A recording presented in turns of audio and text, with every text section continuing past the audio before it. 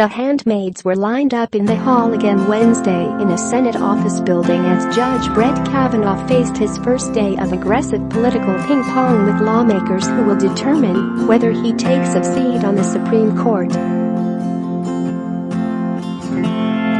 Following the arrests of 70 anti-Kavanaugh dissenters on Tuesday during the first day of confirmation hearings, Judiciary Committee staffers reassigned half of the 44 public seats to themselves. Protesters, however, still managed to embed themselves in the hearing room and began to pipe up just seconds after Republican Chairman Chuck Grassley recounted the previous day's chaos.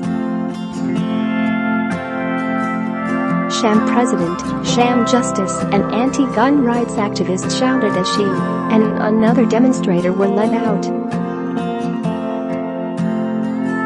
No more NRA justices. Stop the slaughter of our children. Another rhetorical warrior howled Mother Earth, Mother Earth, Mother Earth, Mother Earth as she was marched to the door. At least 15 uniformed U.S. Capitol Police officers were on hand for the hearing. Grassley recalled that Democratic senators interrupted the hearing 63 times before lunch, and in the audience 70 people were arrested yesterday who were following their lead. But ultimately he acknowledged that he could do little to stem the river of criticism voiced before a global audience. So while Kavanaugh held up his thumbed and worn copy of the U.S. Constitution and declared that it tilts toward liberty, a woman 20 feet behind him yelled, "Youre Trumps, puppet!" and television broadcasts carried it live. Grassley told the room that the interruptions would come out of my time, meaning that he wouldn't stop the clock on his 30-minute allotment for questions.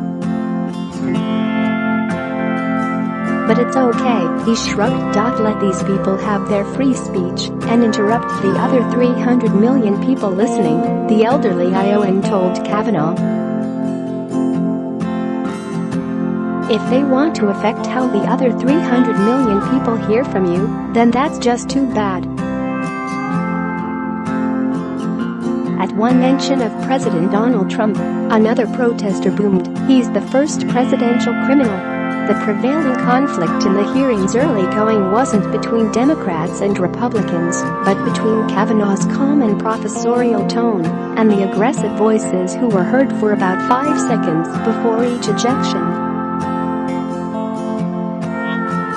While the judge waxed about judicial independence and taught a history lesson about how the Warrenburger Court adjudicated U.S. versus Nixon, a protester insisted that he himself call a stop to the proceedings. "You are a man of integrity. You yourself should cancel the appearance. You yourself should revoke yourself," she hollered.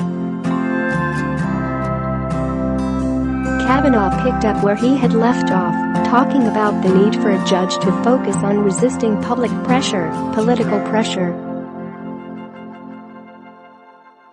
"It's treating everyone equally," he said. Committee Republicans on Tuesday exposed a weekend conference call in which Democratic Minority Leader Chuck Schumer allegedly helped liberal advocacy groups organize their opposition.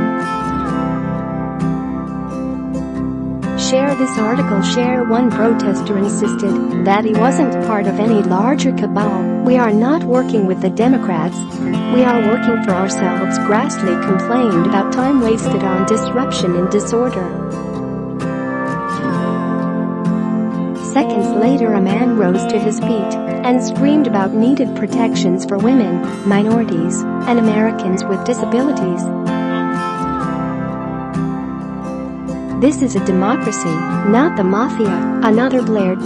And in a direct appeal to senators who will cast votes on Kavanaugh, a woman chanted, "Yes means death," until her voice disappeared down a marble corridor.